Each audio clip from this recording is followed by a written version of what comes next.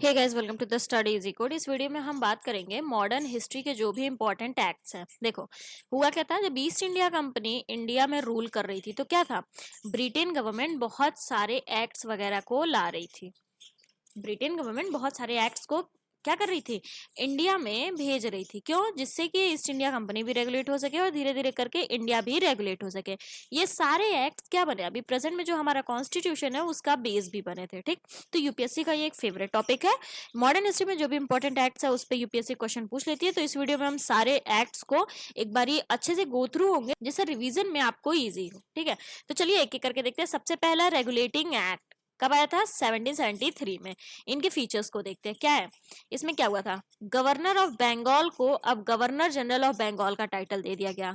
जो भी important points हैं वो इसमें हैं। गवर्नर ऑफ बंगाल को क्या कर दिया गया, गवर्नर जनरल ऑफ बंगाल का टाइटल दे दिया गया। और पहला गवर्नर जनरल ऑफ बंगाल कौन बना था? Warren Hastings. सॉरी, कौन बना था? पहला governor general of Bengal Warren Hastings बने थे, ये जरूर याद रखिएगा। First step taken by the British to control East India Company affair. देखो, ये जो रेगुलेटिंग एक्ट था इसका नाम रेगुलेटिंग एक्ट पड़ा क्यों था? क्योंकि ये पहला स्टेप ब्रिटेन सरकार द्वारा लिया गया था। किस लिए? ईस्ट इंडिया कंपनी के अफेयर्स को अपने कंट्रोल में कर सके। ठीक है, इन्होंने क्या किया था, कोर्ट ऑफ, जो ब्रिटेन गवर्नमेंट है ये क्या की थी, कोर्ट ऑफ डायरेक्टर का गठन की थी। किस लिए? जिससे कि वो जो भी कंपनी का रेवेन्यू, सिविल और मिलिट्री अफेयर है उस पर रिपोर्ट दे, किसको? ब्रिटेन गवर्नमेंट को। तो ब्रिटेन गवर्नमेंट कंट्रोल बनाएगी नहीं। ब्रिटेन गवर्नमेंट का ये पहला स्टेप था, ईस्ट इंडिया कंपनी का जो भी काम हो रहा है, जो भी चीजें चल रही है उस पर कंट्रोल बनाना। कैसे? कोर्ट ऑफ डायरेक्टर का गठन किया। कोर्ट ऑफ डायरेक्टर का काम क्या था, वो कंपनी का जो भी रेवेन्यू, सिविल और मिलिट्री अफेयर था उस पर रिपोर्ट बना करके उन्हें ब्रिटेन गवर्नमेंट को प्रेजेंट करना था। ठीक, समझ में आया? अब देखो क्या हुआ, ये गवर्नर ऑफ बंगाल को गवर्नर जनरल ऑफ बंगाल बना दिया गया। तो जो बॉम्बे और मद्रास के गवर्नर थे वो इनके अंडर में आ गए, इनके सबऑर्डिनेट हो गए। ठीक है, इसमें क्या किया गया था, पहली बार कंपनी का पॉलिटिकल और एडमिनिस्ट्रेटिव फंक्शन अलग अलग बताया गया था कि ये कंपनी का पॉलिटिकल फंक्शन है, ये एडमिनिस्ट्रेटिव फंक्शन है। ठीक है, ये भी ध्यान रखिएगा, पहली बार कंपनी का पहली बार पॉलिटिकल और एडमिनिस्ट्रेटिव फंक्शन रिकॉग्नाइज किया था। ठीक, एक्ट ने जो कंपनी के सर्वेंट थे उनको प्रोहिबिट किया था कुछ काम के लिए, जैसे कि ब्राइब वगैरह वो नहीं ले सकते थे या प्राइवेट ट्रेड नहीं कर सकते थे। इस एक्ट के तहत क्या हुआ, कंपनी के जो भी सर्वेंट थे उनका कुछ काम क्या कर दिया गया था, प्रोहिबिट कर दिया था। जैसे कि ब्राइब नहीं ले सकते, प्राइवेट ट्रेड वगैरह नहीं कर सकते थे। ठीक है, इस एक्ट के ही तहत सुप्रीम कोर्ट बना। अभी जो आज का प्रेजेंट का सुप्रीम कोर्ट है वो ये नहीं है, ये ध्यान रखिएगा। तो इस एक्ट के तहत क्या हुआ, सुप्रीम कोर्ट का एस्टेब्लिशमेंट भी हुआ कलकत्ता में, जिसमें कौन थे, 1 चीफ जस्टिस और 3 जजेस। ठीक, तो जो भी इंपॉर्टेंट एक्शंस लिए गए किससे, रेगुलेटिंग एक्ट से, वो हमने देख लिया। आई होप आप लोग को समझ में आया होगा। स्टार्टिंग यही रेगुलेटिंग एक्ट से ही है, जो मेन पॉइंट था वो हमने डिस्कस कर लिया। नेक्स्ट एक्ट कौन सा है, पिट्स इंडिया एक्ट। कब आया था? 1784 में। अब इसके फंक्शंस को देख लेते हैं, मेन पॉइंट्स को देखते हैं। इस एक्ट के तहत क्या किया गया, कंपनी का पॉलिटिकल और कॉमर्शियल फंक्शन डिस्टिंग्विश किया गया। ठीक है, अभी पीछे एक्ट में क्या था कि कंपनी का पॉलिटिकल एडमिनिस्ट्रेटिव फंक्शन अलग अलग किया गया था। इस एक्ट के तहत क्या किया गया, कंपनी का पॉलिटिकल और कॉमर्शियल फंक्शन अलग अलग किया गया। ठीक, अब देखो डबल गवर्नमेंट का एस्टेब्लिशमेंट हो गया। कैसे? कोर्ट ऑफ डायरेक्टर तो अभी थे ही, अब इसमें बोर्ड ऑफ कंट्रोल का भी गठन हो गया। बोर्ड ऑफ कंट्रोल, क्योंकि ये दोनों काम अलग अलग कर दिया गया तो पॉलिटिकल अफेयर जो था किसके अंडर में आ गया, बोर्ड ऑफ कंट्रोल के अंडर में आ गया, और commercial function court of directors के अंडर में आ गया। ठीक है, तो ये दोनों डुअल गवर्नमेंट का गठन हो गया। समझ में आया, बोर्ड ऑफ कंट्रोल और कोर्ट ऑफ डायरेक्टर का। ठीक, यहाँ पे वही मेंशन है, बोर्ड ऑफ कंट्रोल क्या कर रहा है, पॉलिटिकल अफेयर्स को मेंशन कर रहा है, सॉरी मैनेज कर रहा है, और यहाँ पे court of director commercial affairs को। ठीक है, British government was given supreme control over company affair and administration. अब इस एक्ट के तहत क्या हुआ, ब्रिटिश गवर्नमेंट का पूरा कंट्रोल आ गया कंपनी के अफेयर और एडमिनिस्ट्रेशन पे। ठीक, देखो ईस्ट इंडिया कंपनी की जो टेरिटरी है अब उसको किस नाम से जाना जाने लगा, ब्रिटिश पोजीशन इन इंडिया। ये इंपॉर्टेंट पॉइंट है, याद रखिएगा। पूछ सकता है किस एक्ट के तहत ब्रिटेन की जो ईस्ट इंडिया कंपनी की टेरिटरी थी भारत में उसको ब्रिटिश पोजीशन इन इंडिया किस एक्ट के तहत ये जाना जाने लगा, तो आप याद रखिएगा पिट्स इंडिया एक्ट के तहत। ठीक, चलिए अब नेक्स्ट हम देखते हैं। नेक्स्ट एक्ट है चार्टर एक्ट ऑफ 1813। अब इसको देखते हैं हम। देखो, East India Company monopoly over trade in India ended except trade with China and trade in tea. ये ध्यान रखिएगा, यहाँ से जो ईस्ट इंडिया कंपनी की मोनोपोली थी भारत में ट्रेड करने की, अनलिमिटेड ट्रेड करने की, वो यहाँ खत्म कर दिया गया। अब यहाँ पे जो ईस्ट इंडिया कंपनी है उसकी मोनोपोली सिर्फ और सिर्फ चाइना के साथ ट्रेड करने में और टी का ट्रेड करने में बस है। ठीक है, मोनोपोली यहाँ पे ईस्ट इंडिया कंपनी की खत्म कर दी गई, ये याद रखिएगा। बट अभी भी कुछ एक्सेप्शन है, 2 एक्सेप्शन है, एक्सेप्शन ध्यान रखिएगा, जो कि आगे चल करके इन दोनों को भी खत्म कर दिया गया। ठीक, चलिए। East India Company was to retain the position of territory and the revenue for 20 more years. इसके बाद क्या हुआ, जो ब्रिटेन गवर्नमेंट है, ब्रिटिश क्राउन, उन्होंने ईस्ट इंडिया कंपनी को आने वाले 20 सालों के लिए और क्या दे दिया, परमिशन दे दिया कि वो भारत में रह सकते हैं, ट्रेड वगैरह कर सकते हैं। लेकिन जो मोनोपोली थी ट्रेड में, मतलब कि सिर्फ और सिर्फ सिर्फ और सिर्फ ईस्ट इंडिया कंपनी कर सकती है, ये मोनोपोली खत्म कर दी गई। अब कोई भी यूरोपियन कंपनी क्या कर सकती है, यहाँ पर ट्रेड कर सकती है। ठीक, ये इंपॉर्टेंट पॉइंट है, ये याद रखिएगा। एजुकेशन के लिए भी 1 लाख रुपए दिया गया इस एक्ट के तहत। ठीक है, और जो भी क्रिश्चियन मिशनरीज थे उनको परमिट कर दिया गया भारत में। देखो ऑब्वियसली बात है, अभी तक क्या था, ईस्ट इंडिया कंपनी अकेले सब कुछ कर रही थी, पूरा मोनोपोली था, सिर्फ और सिर्फ ट्रेड वही कर सकती थी। बट इस एक्ट के तहत क्या हुआ, ईस्ट इंडिया कंपनी की मोनोपोली खत्म कर दी गई। अब यूरोप का कोई भी कंपनी आ सकता था और ट्रेड कर सकता था। ठीक है, तो इसके थ्रू क्या हुआ, जब कोई भी कंपनी आ सकती है तो ऑब्वियसली बात है क्रिश्चियन मिशनरीज को परमिशन मिल गई थी भारत में। ठीक, आई होप ये भी आप लोगों को समझ में आया होगा। चलिए अब हम नेक्स्ट एक्ट देखते हैं। नेक्स्ट क्या है, चार्टर एक्ट ऑफ 1833, 1833 का चार्टर। इसमें गवर्नर जनरल ऑफ बंगाल का जो टाइटल था ये चेंज करके गवर्नर जनरल ऑफ इंडिया कर दिया गया, ये ध्यान रखिएगा, 1833 से। ठीक है, पहले गवर्नर जनरल ऑफ इंडिया कौन बने, विलियम बेंटिक। ठीक, it attempted to introduce a system of open competition for selection of civil servant. Civil servant के सिलेक्शन के लिए इस एक्ट के तहत क्या हुआ, कह दिया गया कि अब ओपन कंपटीशन होगा, सिविल सर्वेंट जो चूज किए जाएंगे वो ओपन कंपटीशन, और इसमें इंडियंस भी अलाउड होंगे। ठीक है, ended East India Company's function as commercial body. East India Company का कॉमर्शियल बॉडी का जो फंक्शन था वो खत्म कर दिया। ईस्ट इंडिया कंपनी जो कि भारत में सिर्फ कॉमर्स करने ही आई थी, अब वो धीरे धीरे क्या करने लगी, भारत के एडमिनिस्ट्रेशन पे वो ध्यान देने लगी। तो यहाँ पे ब्रिटेन क्राउन ने क्या किया, कहा कि ठीक है, जब आप एडमिनिस्ट्रेशन पे ध्यान दे रहे हैं तो आप एडमिनिस्ट्रेटिव वर्क ही करिए भारत में, और कॉमर्शियल फंक्शन आप वहां पे मत करिए। तो कॉमर्शियल बॉडी जो थी उसको वो फंक्शन खत्म कर दिया गया। ठीक, final step for centralisation in British India, ये सेंट्रलाइजेशन को लेकर के फाइनल स्टेप है, ब्रिटिश इंडिया में सेंट्रलाइजेशन को लेकर के ये फाइनल स्टेप था। ठीक है, समझ में आया होगा I hope. Next, charter act 1853। ये देखो, गवर्नर जनरल का जो फंक्शन था, एग्जीक्यूटिव और लेजिस्लेटिव फंक्शन, इसको अलग अलग कर दिया गया इस एक्ट के तहत। ठीक है, लेजिस्लेटिव काउंसिल में 6 नए मेंबर को जोड़ा गया। 4 members were appointed by provincial government of Bengal, Bombay, Madras and Agra, known as Indian central legislative council. ठीक है, तो गवर्नर जनरल का क्या हुआ, जो फंक्शन था वो अलग कर दिया गया, एग्जीक्यूटिव फंक्शन अलग, लेजिस्लेटिव फंक्शन अलग, और यहाँ से लेजिस्लेटिव काउंसिल का भी गठन किया गया, जिसमें कितने थे, 6 मेंबर्स थे। ठीक है, legislative council function as mini parliament. ये जो लेजिस्लेटिव काउंसिल थी कैसे काम करती थी, as a mini parliament, adopted the same process as British parliament. यही रीजन है कि हमारे आज के इंडियन कॉन्स्टिट्यूशन में मोस्ट ऑफ द प्रोविजंस कहाँ से हैं, ब्रिटेन के हैं। रीजन, क्योंकि हम काफी टाइम से उनसे रूल होते हुए आए थे, तो हमें मोस्ट ऑफ द चीजें जो उनकी हैं उससे हम फैमिलियर थे। ठीक है, चलिए अब हम यहाँ पे देखते हैं, introduced an open competition system for civil servant, civil services were open to India. ये स्टार्ट तो पीछे ही हो गया था। ठीक है, इससे पहले जो एक्ट हमने देखा, स्टार्ट तो ये वहीं से हो गया था, बट वहां पे इम्प्लीमेंट नहीं हुआ था, इम्प्लीमेंटेशन उसका यहाँ पे हुआ था। ठीक है, तो ये चीज जरूर ध्यान रखिएगा, ओपन कंपटीशन सिविल सर्वेंट का स्टार्ट पहले हो गया था, बट उसका इम्प्लीमेंटेशन सही तरीके से नहीं हो पाया था, उसका इम्प्लीमेंटेशन सही तरीके से 1853 में हुआ था। ठीक, अब जो सिविल सर्विसेज है वो इंडियंस के लिए भी अलाउड है। ठीक है, चलिए नेक्स्ट एक्ट देखते हैं क्या है, गवर्नमेंट ऑफ इंडिया एक्ट 1858। 1857 के बाद जो एक्ट आया 1858, यहाँ से क्या हुआ, कंपनी रूल को पूरी तरीके से खत्म कर दिया गया, और क्या स्टार्ट हो गया, क्राउन रूल। यहाँ से क्राउन रूल स्टार्ट हो गया। ठीक है, चलिए अब हम इसको देखते हैं। इसमें अब गवर्नर जनरल ऑफ इंडिया का जो टाइटल था चेंज करके वायसराय बना दिया गया। पहले वायसराय कौन थे, लॉर्ड कैनिंग थे। ये act good governance of India नाम से भी जाना जाने लगा।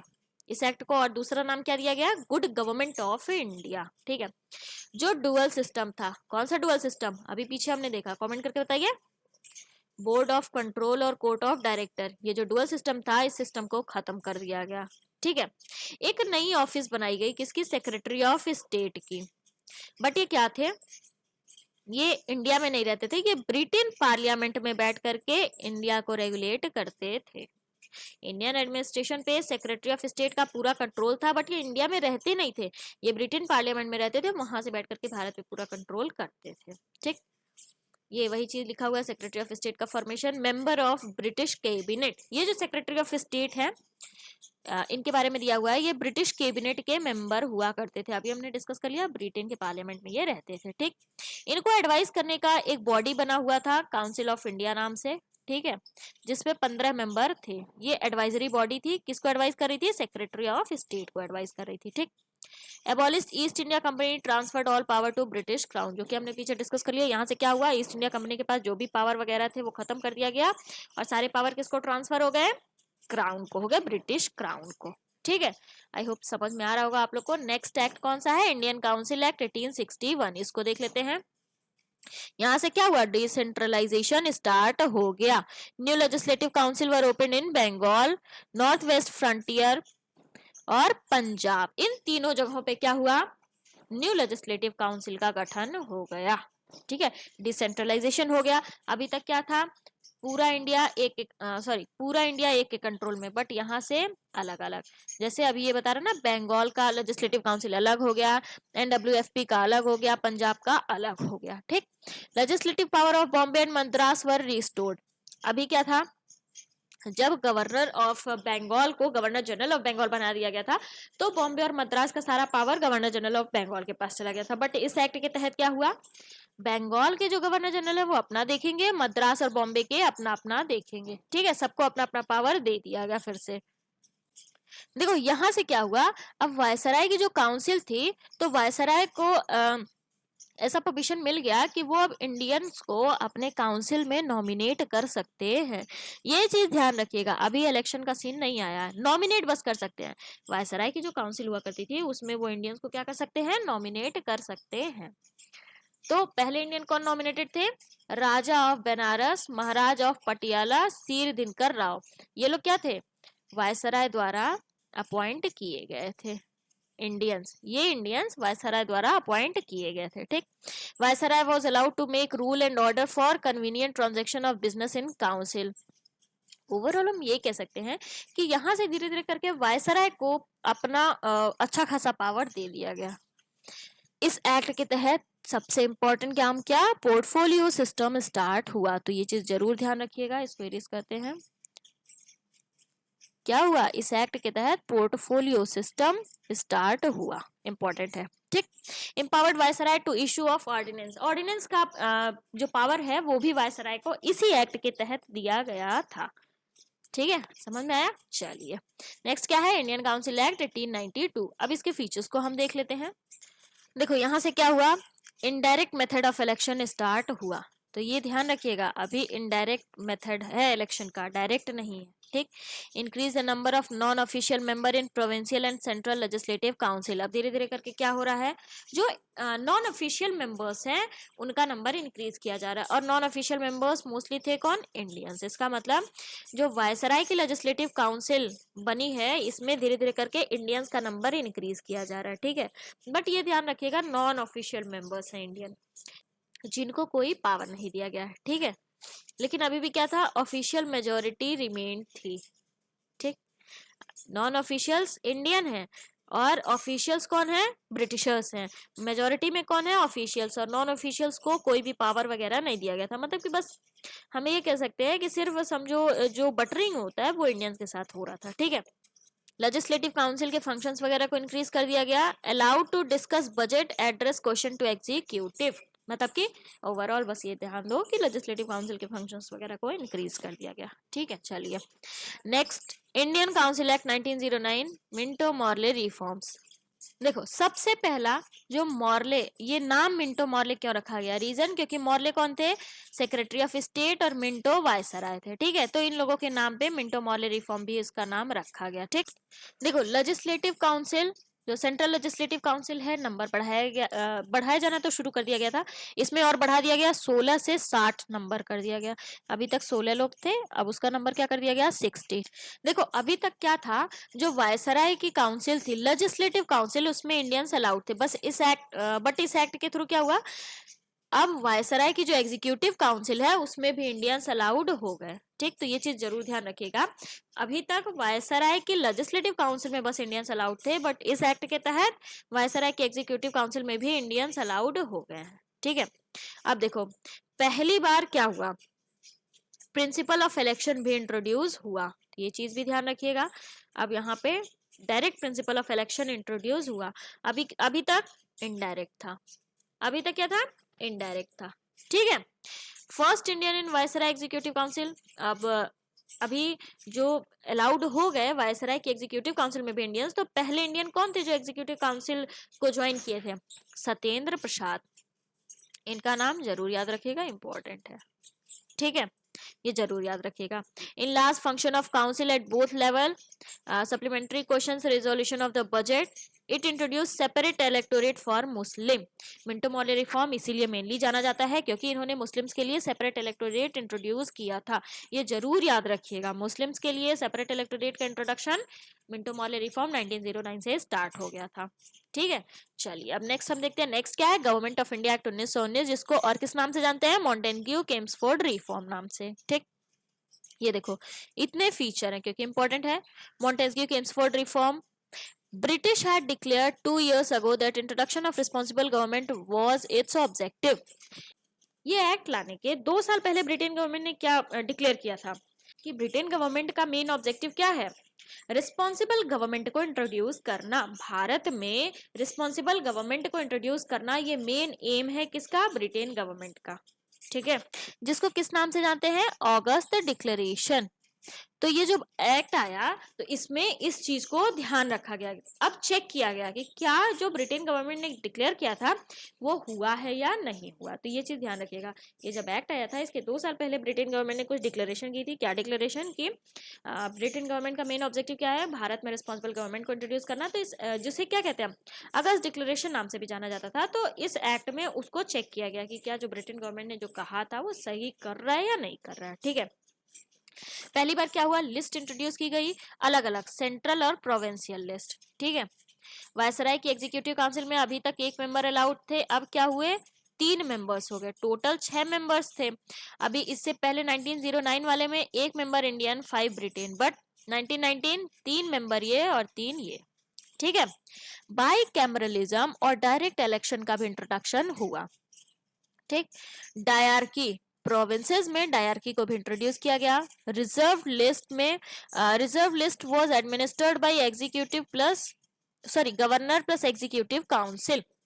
देखो जो लिस्ट आ रही थी उसमें जो रिजर्व लिस्ट थी वो किसके द्वारा एडमिनिस्ट्रेट किए जाने लगे, गवर्नर और एग्जीक्यूटिव काउंसिल। ठीक, और वहीं पे ट्रांसफर्ड लिस्ट किसके द्वारा, प्रोविंशियल लेजिस्लेचर प्लस गवर्नर। तो गवर्नर प्लस एग्जीक्यूटिव काउंसिल ये क्या कर रही थी, रिजर्व लिस्ट को देख रही थी। गवर्नर प्लस लेजिस्लेटिव काउंसिल ये किसको देख रही थी, ट्रांसफर। क्योंकि ट्रांसफर लिस्ट ऐसे थी, मतलब उसमें ऐसे पॉइंट्स दिए गए थे जो कि सिर्फ और सिर्फ इंडियंस के लिए इतने इंपॉर्टेंट थे, ब्रिटिशर्स के लिए इतने इंपॉर्टेंट नहीं थे, इसीलिए इसमें लेजिस्लेटिव काउंसिल को ऐड ऑन कर दिया गया क्योंकि लेजिस्लेटिव काउंसिल में इंडियन मेंबर ज्यादा थे और एग्जीक्यूटिव काउंसिल और गवर्नर ये लोग रिस्पॉन्सिबल थे, इसमें ब्रिटिशर्स ज्यादा थे। उन लोगों का ये मानना था कि इंडियंस रिस्पॉन्सिबल नहीं है, तो वो अपने हिसाब से सारी चीजें कंट्रोल करना चाह रहे थे ना। तो क्या किए, वो जितने भी रिजर्व सब्जेक्ट थे जैसे कि law order, finance, land revenue, irrigation, इन सबसे फायदा ही होगा ना फाइनेंशियल, तो ये सब गवर्नर और एग्जीक्यूटिव काउंसिल के अंडर में रख दिए। ठीक है, बाइकैमरलिज्म, डायरेक्ट इलेक्शन इंट्रोड्यूस, ये हमने अभी ऊपर देख ही लिया। Indian legislative council became council of state, जिसको राज्यसभा कहता है, legislative council legislative assembly Lok Sabha.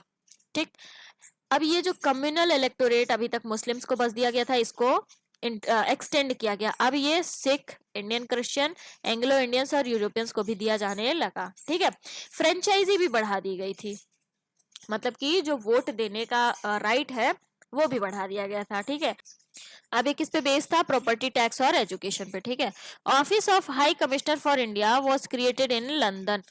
London में हाई कमिश्नर फॉर इंडिया की ऑफिस भी बना दी गई थी। ठीक है, यहाँ से सेंट्रल पब्लिक सर्विस कमीशन का भी अपॉइंटमेंट हो गया था। ठीक है, ओपन हो गया था। सेंट्रल पब्लिक सर्विस कमीशन जो था अब यहाँ से ओपन हो गया था। ठीक, देखो इस एक्ट के तहत क्या हुआ, एक स्टेट्यूटरी कमीशन का अपॉइंटमेंट किया गया। किस लिए कि 10 साल बाद, मतलब कि जब ये एक्ट आया उसके 10 साल बाद के लिए एक कमीशन का सेटअप किया गया कि वो क्या देखेगी, वो ये चीजें चेक करेगी कि ब्रिटेन गवर्नमेंट जो जो चीज कह रही है कि जैसे हम रिस्पॉन्सिबल गवर्नमेंट लाएंगे, ये लाएंगे, वो लाएंगे, वो काम कर रही है या नहीं कर रही है। ठीक है, इसके लिए एक कमीशन का गठन किया गया जो कि 10 साल बाद ये सारी चीजों को रिव्यू करने वाला था। और 10 साल पूरा नहीं हो पाया क्योंकि ये एक्ट 1919 में आया था, तो इसका 10 साल कब होता, 1929, 10 साल नहीं पूरा हो पाया। 1927 में ही साइमन कमीशन का गठन कर दिया गया। ठीक है, यही कमीशन था ना, तो 8 साल में ही इसका गठन हो गया। ठीक है, आई होप आप लोग को समझ में आया होगा। नेक्स्ट क्या है, गवर्नमेंट ऑफ इंडिया एक्ट 1935, इसके फीचर्स को देखते हैं।